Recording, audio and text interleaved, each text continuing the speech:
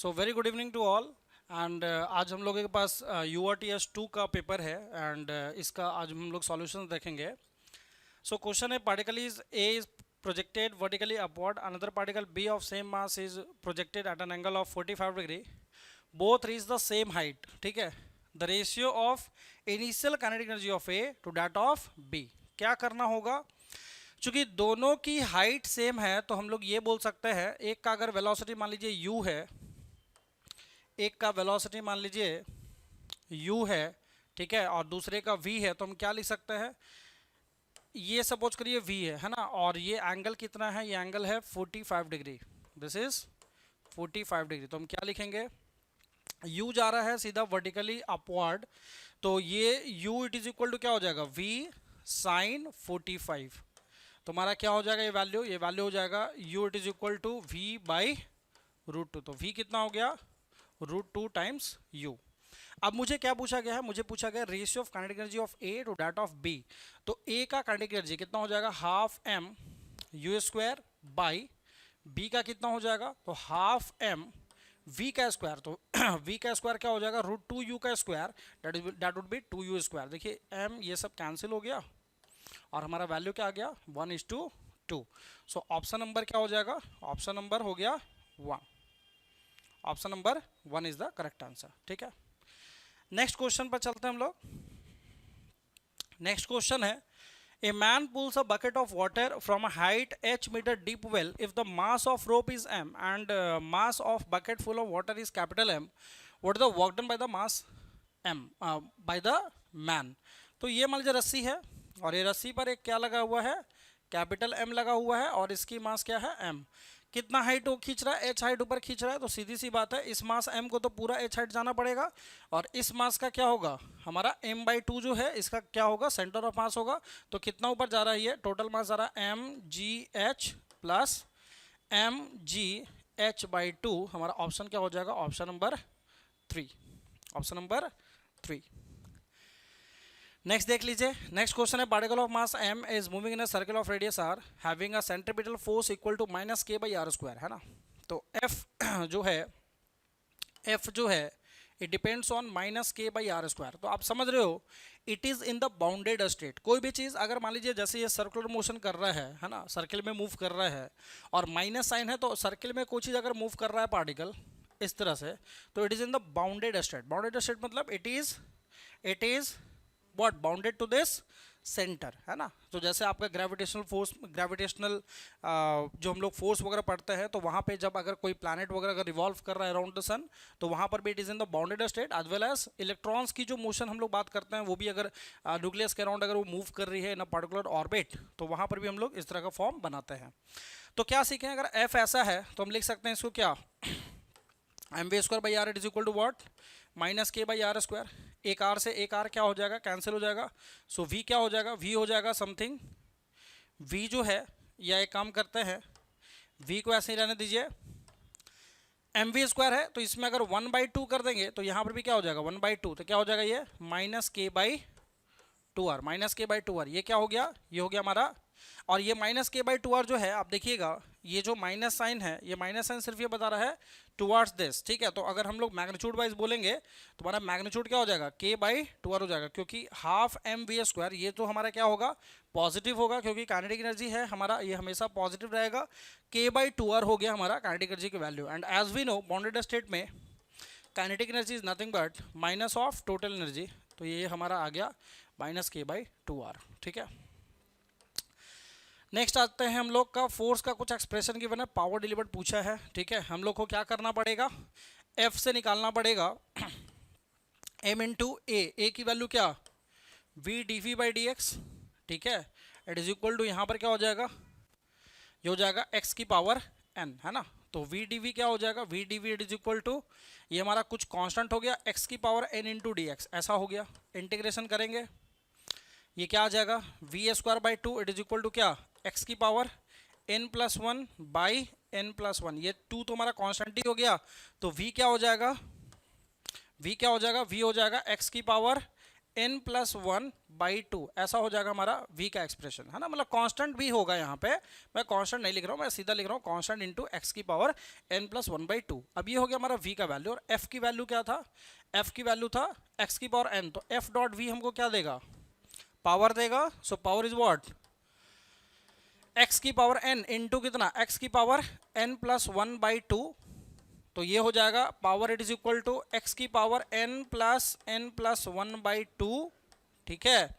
Now आप देखिए ये जो पावर है ये क्या करा है, इंडिपेंडेंट ऑफ x होना चाहिए, इंडिपेंडेंट ऑफ x, ठीक है। तो इंडिपेंडेंट ऑफ x होने का मतलब क्या है कि x का जो पावर है कुछ भी नहीं होना चाहिए, तो इसका मतलब ऊपर की क्वांटिटी क्या होनी चाहिए, 0 होनी चाहिए। तो इसका मतलब n plus 1/2 that should be equal to what, that should be equal to 0।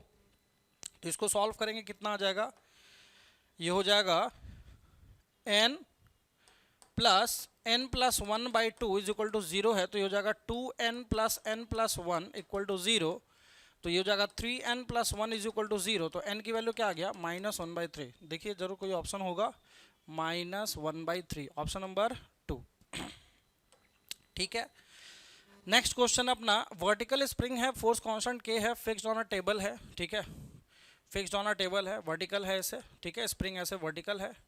अब क्या रहा है कि एक स्प्रिंग जो है कंप्रेस हो रहा है d डिस्टेंस से, और एक मास m जो है वो यहाँ से h डिस्टेंस से गिरा, और d डिस्टेंस और इसने क्या किया, कंप्रेस कर दिया इसको, d डिस्टेंस इसने और यहाँ पे कंप्रेस कर दिया। क्या पूछ रहा है आपसे, net work done in the process, तो बताइए वर्क डन कौन कौन करेगा, तो work done due to mg plus work done due to spring.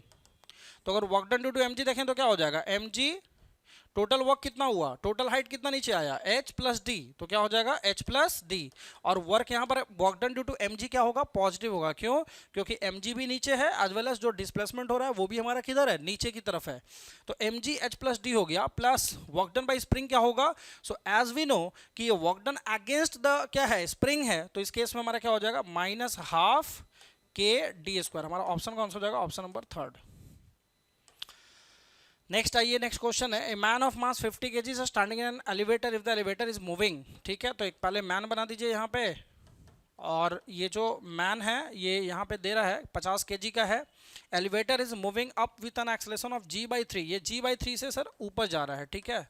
अब कह रहा है work done by the normal direction, बताइए क्या होगा। देखिए सिंपल सी बात है, n ऊपर mg नीचे, क्या लिखेंगे, n minus M G is equal to क्या, मास इंटू एक्सेलेरेशन, एक्सेलेरेशन कितना है g/3, क्या हो गया ये, n की वैल्यू हो गया 4mg/3, ये हो गया हमारा नॉर्मल रिएक्शन की value.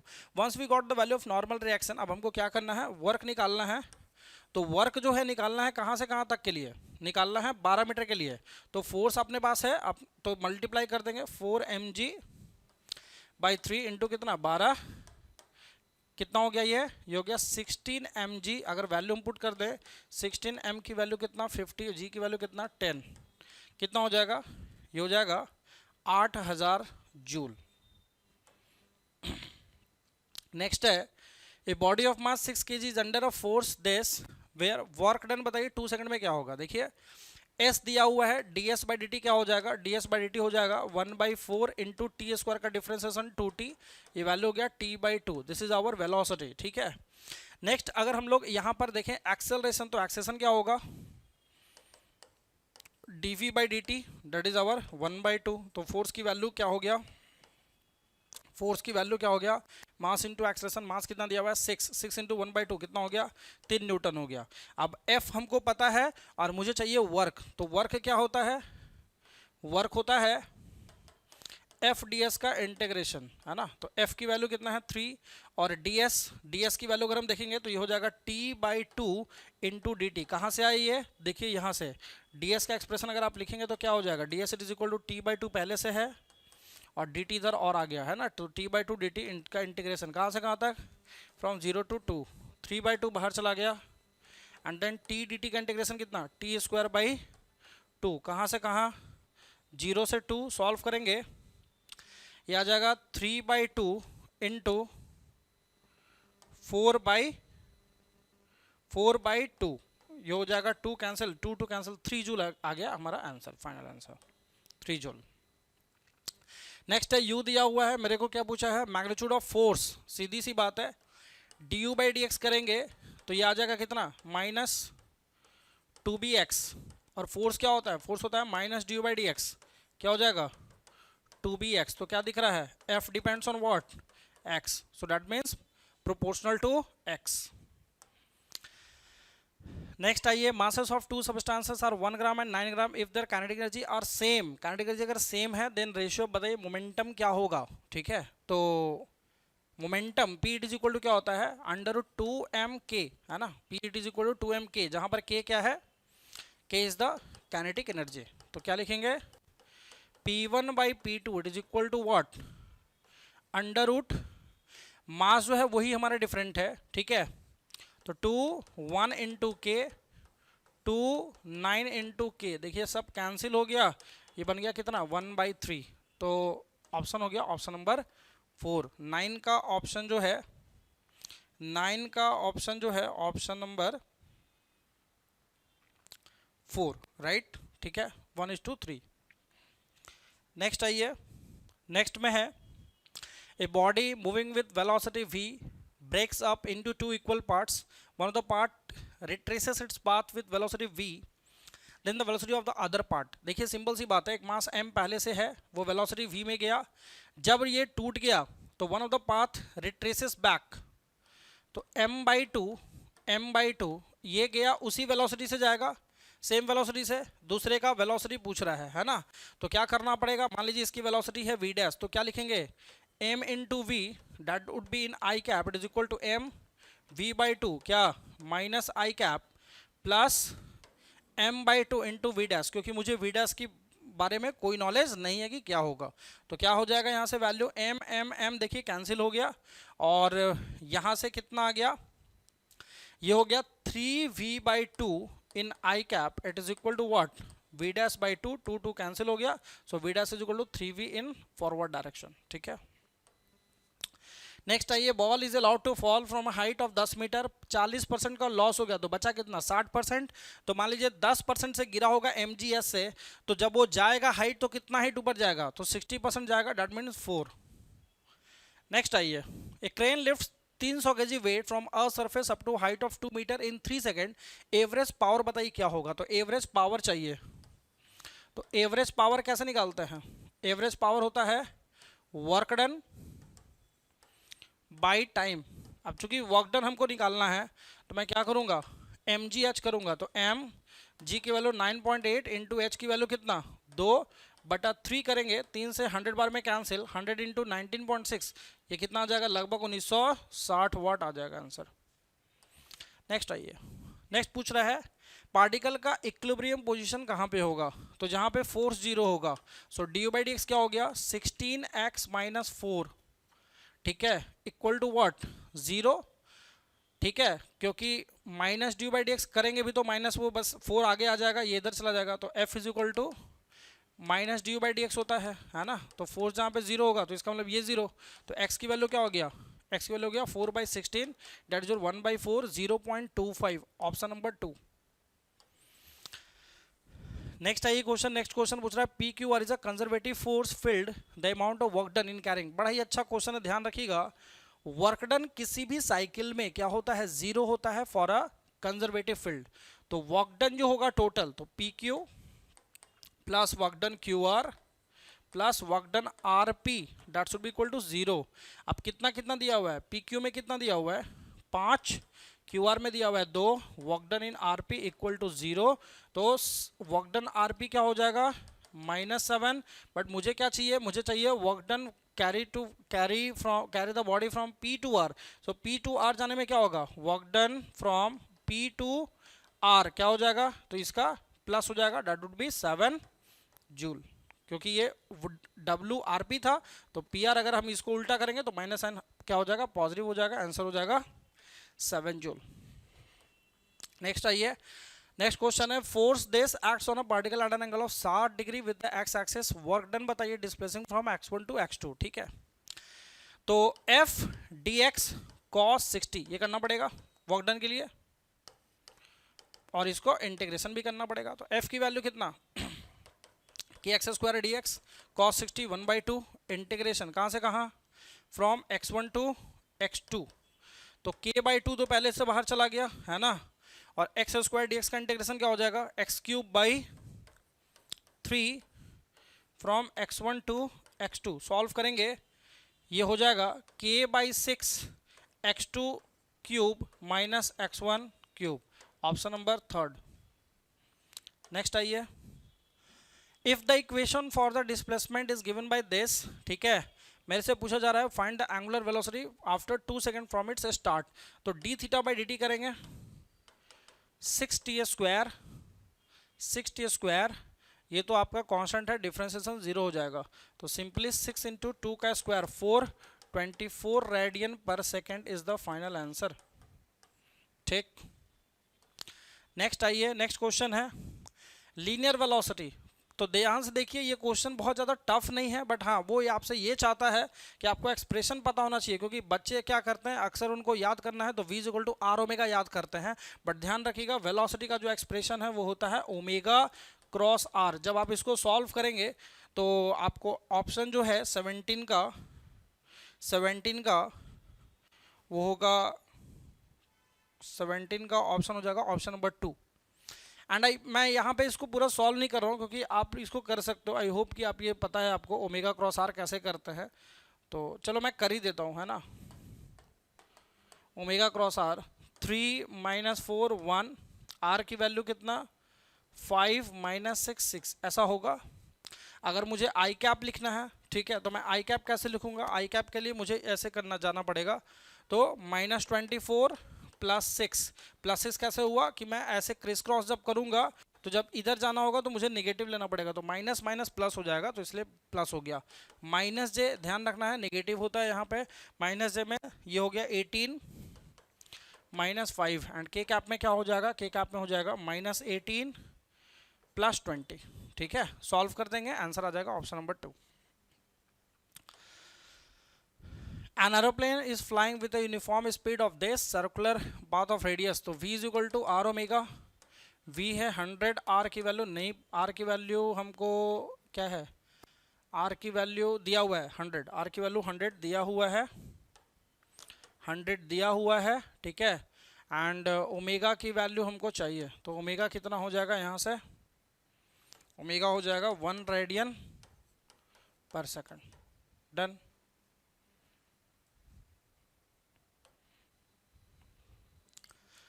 Two particles P and Q are moving with velocities as shown in the figure. Angular velocity of Q with respect to point P is 2 radian per second. Velocity of Q is given by, ठीक है, क्या करना पड़ेगा, V का दो component, V cos 45 and then V sin 45, इसका 10 cos 37 ऊपर 10 sin 37, तो ऊपर का ये वैल्यू कितना आ जाएगा, ये वैल्यू हो जाएगा 6 मीटर पर सेकंड, और नीचे ये कितना हो गया, ये हो गया v/√2। अब एज वी नो कि अगर हमको चाहिए वेलोसिटी, है ना, angular velocity of q with respect to p, तो कैसे मिलेगा, तो उसके लिए velocity of q with respect to p हमको देखना पड़ेगा, है ना। Velocity of q with respect to p हमको देखना पड़ेगा, तो इसकी वैल्यू आ जाती है 6 + v/√2, 6 + v/√2। अगर मैग्नीट्यूड वाइज बात करें तो 6 + v/√2, ठीक है। और ये हमारा जो वैल्यू है 6 + v/√2, ये तो हमारा ये हो गया। एंगुलर वेलोसिटी कितना दिया हुआ है, ये दिया हुआ है 2 रेडियन पर सेकंड, ठीक है। मुझे वेलोसिटी v चाहिए, तो क्या करना पड़ेगा, ये डिस्टेंस गिवन है हमको 5, तो v is equal to r into omega, तो कितना हो जाएगा 10 हो जाएगा, 6 + v/√2 it is equal to 10, v/√2 is equal to 4, v is equal to 4√2, option number 2 हो जाएगा,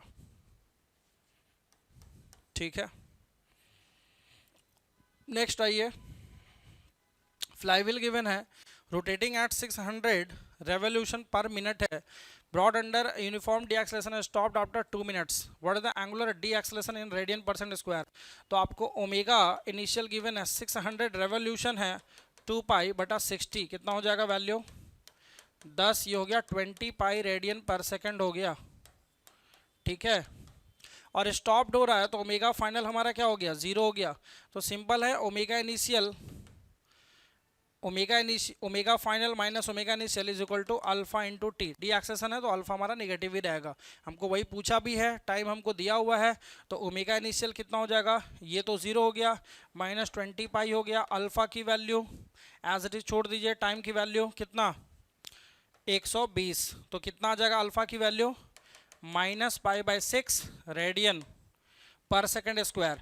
अब ध्यान दीजिएगा ये माइनस साइन आ रहा है, अगर यहाँ पे बोला जाता what is angular acceleration in radian percent square तब आंसर माइनस पाई बाई 6 होता, लेकिन पहले से बोल दिया एंगुलर डी एक्सेलरेशन, तब हम लोग निगेटिव नहीं देंगे, तब हमको क्या करना पड़ेगा पाई बाई 6 करना पड़ेगा। देखिए इंपॉर्टेंट ये नहीं है कि सिर्फ आपको क्वेश्चन करना है, इंपॉर्टेंट ये भी है कि जो मिसकंसेप्शन होगा या फिर गलती होने की चांसेस जहाँ बढ़ती है उसको भी थोड़ा रोकना पड़ेगा, ठीक है। तो एंगुलर डी एक्सेलरेशन है, यहाँ पर हमको क्या करना पड़ेगा, इसको क्या रखना पड़ेगा पॉजिटिव में लेकर के जाना पड़ेगा।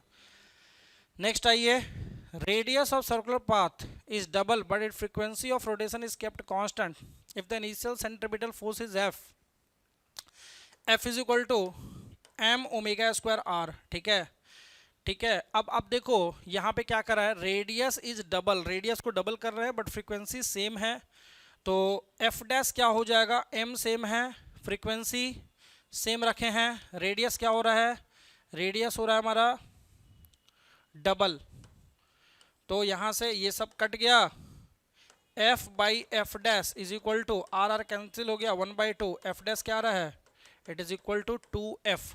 सो 21 का आंसर क्या आना चाहिए, 21 का आंसर जो है 21 आंसर है 4, दैट इज योर 2f, ठीक है। नेक्स्ट आइए, a ball of mass 0.25 kg attach to the end of a string of length 1.96 metre is moving in a horizontal circle, the string will break if the tension is more than this. Speed बताइए, तो अगर ये horizontal circle में move कर रहा है तो ये टेंशन, क्योंकि कोई भी चीज़ जब भी सर्कुलर मोशन में मूव करता है तो डैट सर्कुलर मोशन रोटेशन होने की वजह जो है वो हमेशा सेंट्रीपिटल फोर्स होगा, एंड यहाँ पे सेंट्रीपिटल फोर्स देने वाला है कौन फोर्स, डैट जो टेंशन फोर्स। तो T should be equal to what, M omega square into R. हमको क्या चाहिए, मुझे चाहिए वेलोसिटी चाहिए, ball of mass this in horizontal circle, तो M V square by L कर लीजिए, तो टेंशन की वैल्यू 25 हो गया, एम की वैल्यू 0.25 हो गया, वी स्क्वायर बाई एल की वैल्यू 1.96। सॉल्व करेंगे, ये 100 बार में कैंसिल हो जाएगा, 1.96 उधर जाएगा, 196 हो जाएगा, वी स्क्वायर इक्वल टू 196, तो आंसर क्या हो गया ऑप्शन नंबर 1।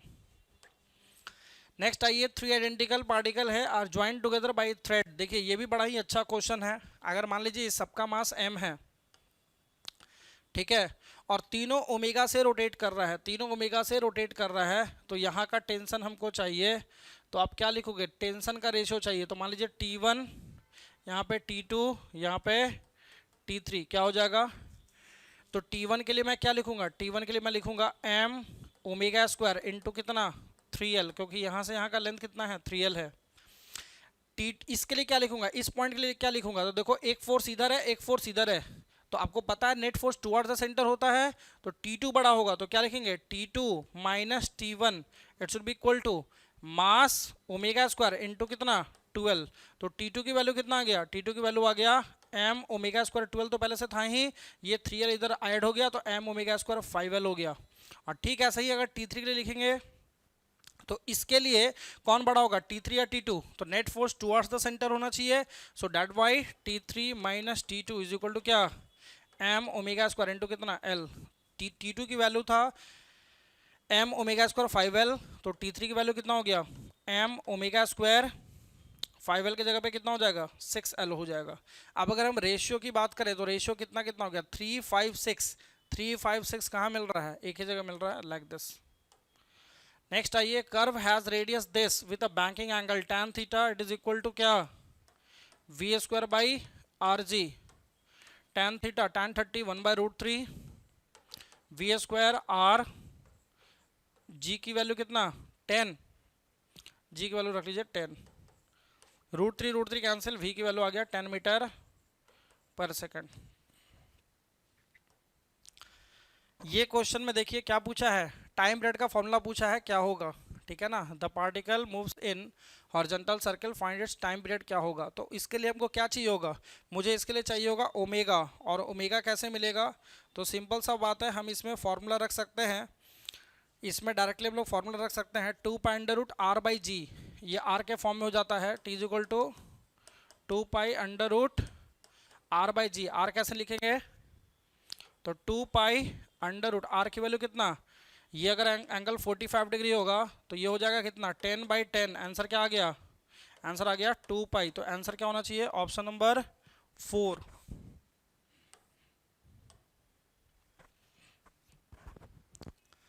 नेक्स्ट आइए, bucket tied at the end of 1.6 metre long string is whirled in a vertical circle with constant speed, what should be the minimum speed so that the water from the bucket does not spill, है ना, बाहर नहीं निकलना चाहिए।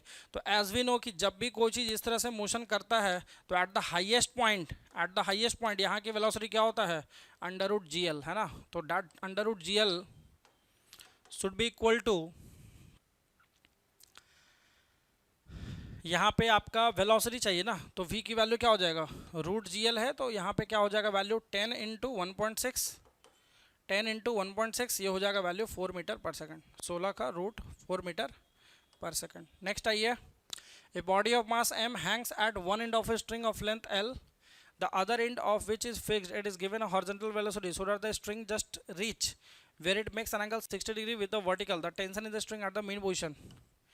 ऐसा हो रहा है केस, है ना, ये एंगल जा रहा है कितना 60 डिग्री, तो क्या लिख सकते हैं, half M V square that should be equal to what, M G L 1 minus cos 60 degree. Solve करेंगे तो क्या चाहिए हम लोग को चाहिए टेंशन, तो यहाँ पर तो हमको M V square by L चाहिए ही, तो एक काम करते हैं, एम वी स्क्वायर ऐसे ही रहने दीजिए, एम वी स्क्वायर ऐसे ही रहने दीजिए, और यहाँ चला गया 2 एम जी एल, और ये 1 माइनस कॉस 60 1/2 हो गया, ये 2 क्या हो गया, कैंसिल हो गया, एम वी स्क्वायर का वैल्यू ये आ रहा है, ठीक है, एम वी स्क्वायर की वैल्यू आ रहा है, एक और यहाँ पे एल भी है ना, एम जी एल आ रहा है एम वी स्क्वायर की वैल्यू।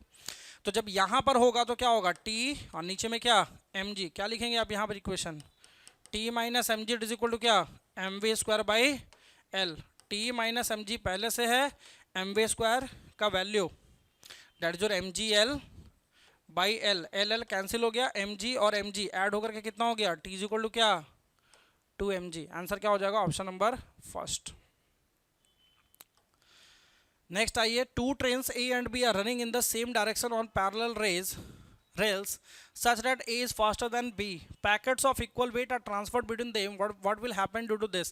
देखिए सिंपल सी बात है, A की स्पीड क्या है, ज़्यादा है, B की स्पीड क्या कम है।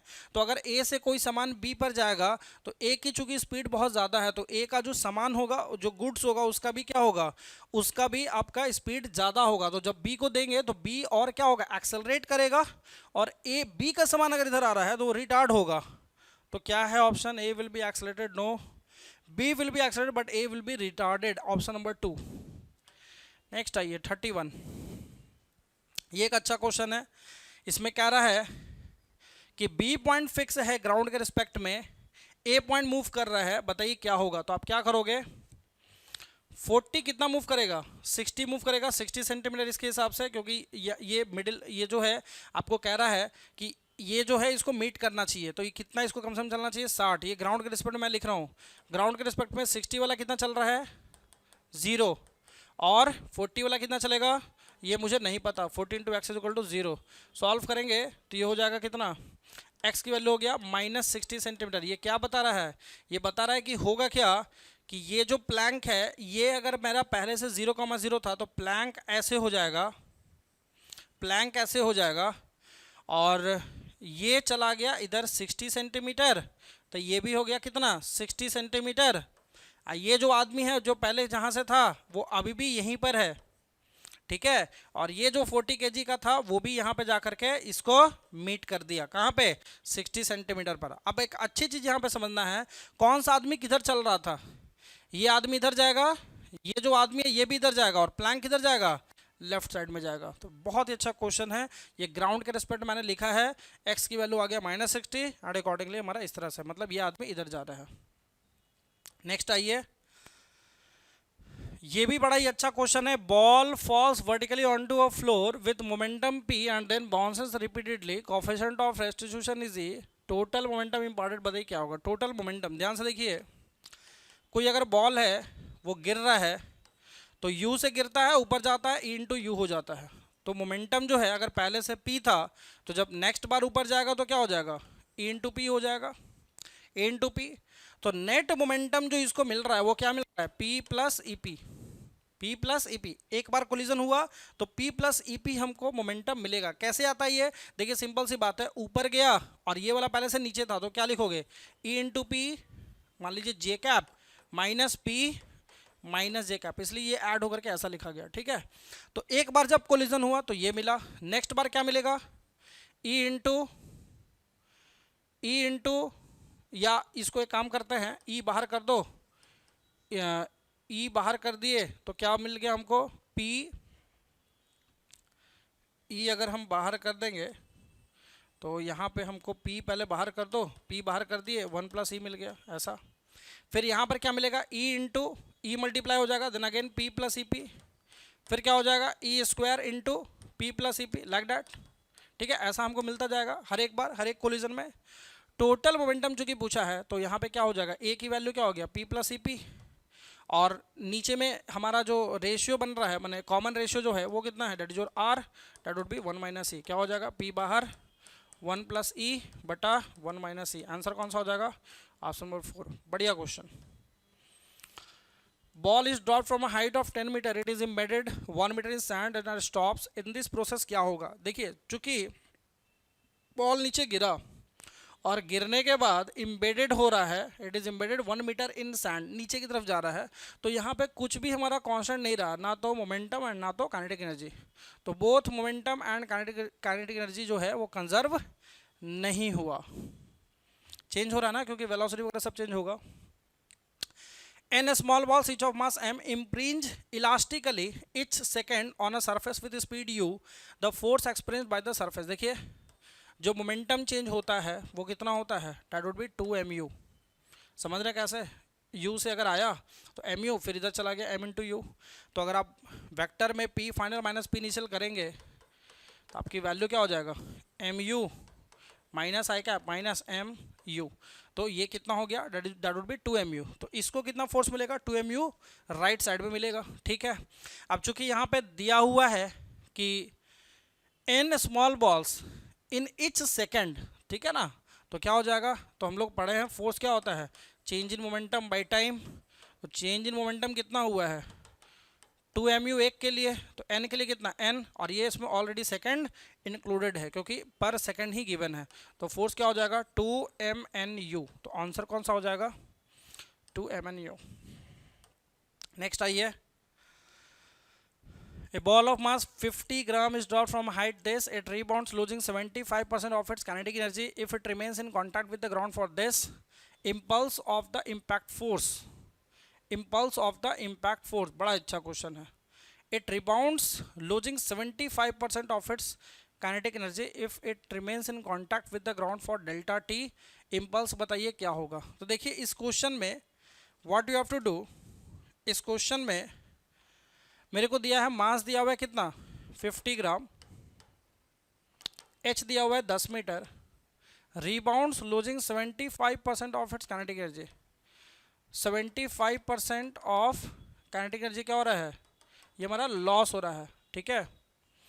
और कह रहा है कि कांटेक्ट में रह रहा है कितना, डेल्टा टी टाइम कांटेक्ट में रह रहा है, डेल्टा टी टाइम कांटेक्ट में रह रहा है, उसके से मेरे से पूछ रहा है क्या होगा। देखिए तो एफ डी टी हम लोग क्या लिख सकते हैं, P final minus P initial, P final minus P initial, F D T it is equal to P final minus P initial.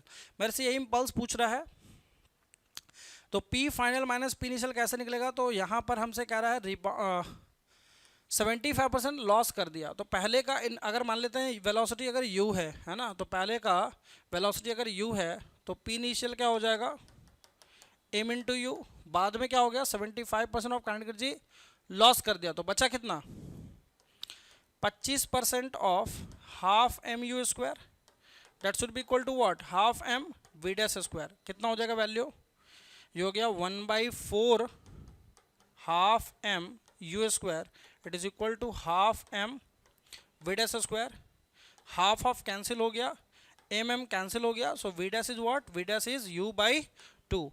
अब जैसे ही वी डैश की वैल्यू यू बाई टू हो गया तो डेल्टा पी हमारा कितना आ जाएगा, डेल्टा पी के लिए पहले हम लोग पहले पी फाइनल बता दीजिए, पी फाइनल क्या हो जाएगा, पी फाइनल हो जाएगा M into U by two, M into U by two. Change कितने का हुआ, what is the change, what is the delta P कितने का चेंज हो रहा है, तो ये यहाँ से ऐसे गिरा था ऊपर चला गया, तो चेंज कितने का हुआ ये गया एम यू बाई टू, ये आया था एम यू से, तो कितने का चेंज हुआ है 3mu बाई टू, ये हुआ है हमारा चेंज, डेल्टा पी का वैल्यू है ना, डेल्टा पी की वैल्यू ये हुआ है। Impulse of the impact force है ना, तो डेल्टा पी हो गया है 3mu बाई टू। अब अगर हमको यहाँ पे फोर्स निकालना है कितना हो जाएगा, तो क्या आ जाएगा वैल्यू, u की वैल्यू हमको निकालना पड़ेगा, हाइट हमको गिवन है, तो वहाँ से हमको निकालना पड़ेगा h की वैल्यू, mgh। यहाँ से देखो 50 ग्राम दिया हुआ है, h दिया हुआ है, तो हम लोग फाइंड कर सकते हैं u की वैल्यू, यहाँ पे आप सॉल्व करेंगे fdt की वैल्यू आएगा, एंड ये वैल्यू आता है डेल्टा p का 1.06 न्यूटन सेकंड। आप यहाँ से डेल्टा p सॉल्व कर लोगे, डेल्टा p की जो वैल्यू आएगा, u की एक्सप्रेशन हमको सिर्फ चाहिए, u की एक्सप्रेशन आप यहाँ से सॉल्व करोगे, ये fdt जो होता है is nothing but this is impulse. हमारा आंसर जो इसमें आता है दैट इज 1.06। पी इनिशियल वगैरह आप निकाल सकते हो, पी फाइनल आप निकाल सकते हो, दोनों का माइनस करेंगे आपको ये वैल्यू मिल जाएगा।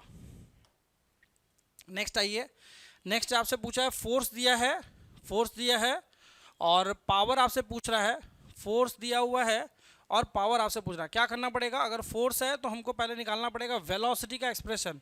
कैसे निकालेंगे, F is equal to M into A 2t I cap plus 3t square J cap, ऐसा होगा, ठीक है, M A is equal to 2t I cap plus 3t square J cap. अब मास की वैल्यू तो 1 है, तो ए की वैल्यू यही हो गया 2t I cap plus 3t square J cap, ऐसा हो गया। अब ए अगर ऐसा है, मुझे चाहिए वेलोसिटी, तो dv it is equal to 2t dt and this is in I cap plus 3t square dt and this is in J cap, 3t square this is in J cap, ठीक है। Integrate कर देंगे, velocity आ जाएगा 2t square by 2 cancel, this is in I cap plus 3t cube by 3 and this is in J cap, 3 cancel हो गया, T square I cap T cube J cap. अब क्या चाहिए हमको, पावर चाहिए, तो पावर इज इक्वल टू क्या, F dot we, तो एफ डॉट वी का मतलब 2t इंटू टी स्क्वायर, क्या हो जाएगा 2t cube plus 3t square plus T cube, क्या हो जाएगा 3t की पावर 5। ऑप्शन कौन सा हो जाएगा, वाट के फॉर्म में, ये वेक्टर फॉर्म में नहीं रहेगा क्योंकि F dot V it is scalar form है ना, स्केलर प्रोडक्ट है आपका। नेक्स्ट आई 37, इसमें क्या करना है, मैग्नीट्यूड ऑफ फोर्स बताना है, magnitude of force acting on a body time दिया हुआ है, टोटल इम्पल्स बताना है। तो एफ डी टी का इंटीग्रेशन मतलब ये वाला इंटीग्रेशन आपको करना पड़ेगा 4 से 16 में, क्या हो जाएगा value 1/2 sum of parallel side 800 plus 200 कितना हो गया 1000 into height 2 plus 1/2 base into height 800 कितना हो गया वैल्यू, 2 कैंसिल, 2 से 400, ये लगभग 5000 आ रहा है, 5000 5 इंटू 10 की पावर 3। अच्छा ये टाइम किस में दिया हुआ है, माइक्रो सेकंड में गिवन है ना, तो ये क्या हो जाएगा 5000 इंटू क्या 10 की पावर -6, ये आंसर हो जाएगा 5 इंटू 10 की पावर -3। ऑप्शन नंबर ये होगा इसका ऑप्शन 2, ठीक है।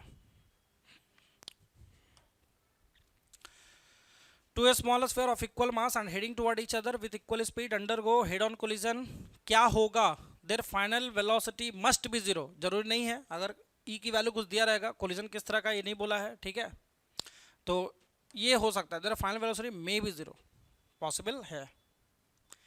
नेक्स्ट है in collision between two solid sphere velocity of separation along the line of impact external force acts on a system of two sphere during impact cannot be less than velocity of approach, can not be less than velocity of approach, can not be less than, can not be greater than velocity, तो can not be greater then नहीं हो सकता।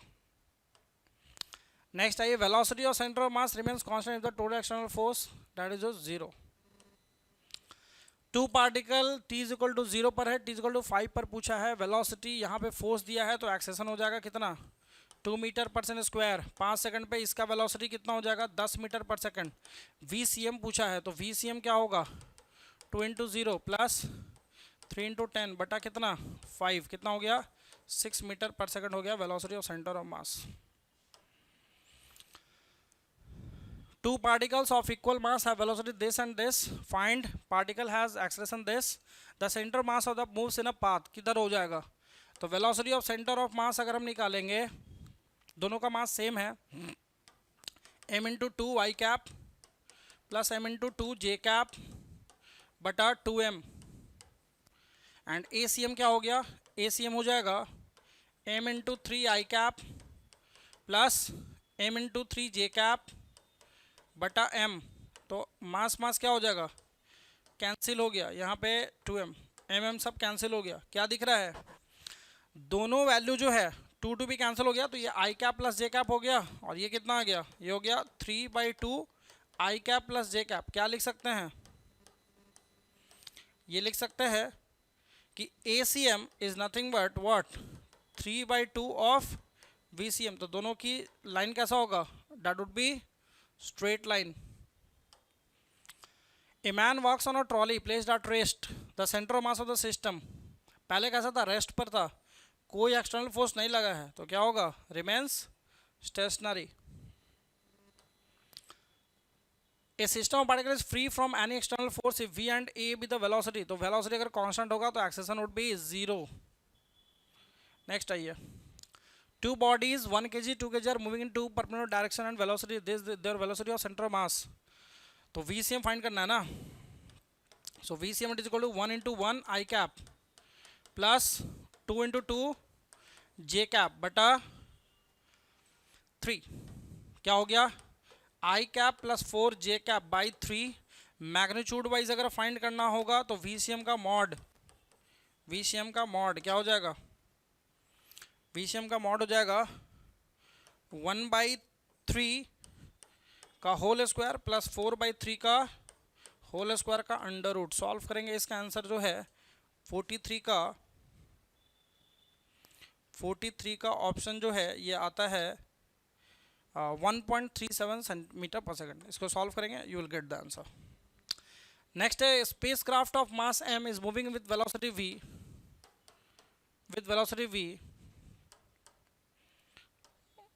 v, ठीक है। It explodes and breaks into two. After the explosion, a mass m of the spacecraft is left stationary. Mass m जो है वो rest पर हो गया, ठीक है। What is the velocity of the other part? अच्छा, अदर पार्ट की वेलोसिटी क्या होगी, इसकी वेलोसिटी क्या होगी, ठीक है। तो क्या करना पड़ेगा, m into V that should be equal to m into v, it is equal to spacecraft of mass m is moving with velocity v in a free space when it explodes and breaks into two. After the explosion, mass m is left stationary.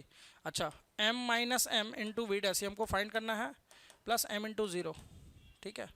क्या हो गया value, m into v it is equal to m v dash m into v, मुझे सिर्फ v dash ही चाहिए, तो v dash का expression क्या हो जाएगा, v dash का एक्सप्रेशन हो जाएगा mv बटा m minus m। Option number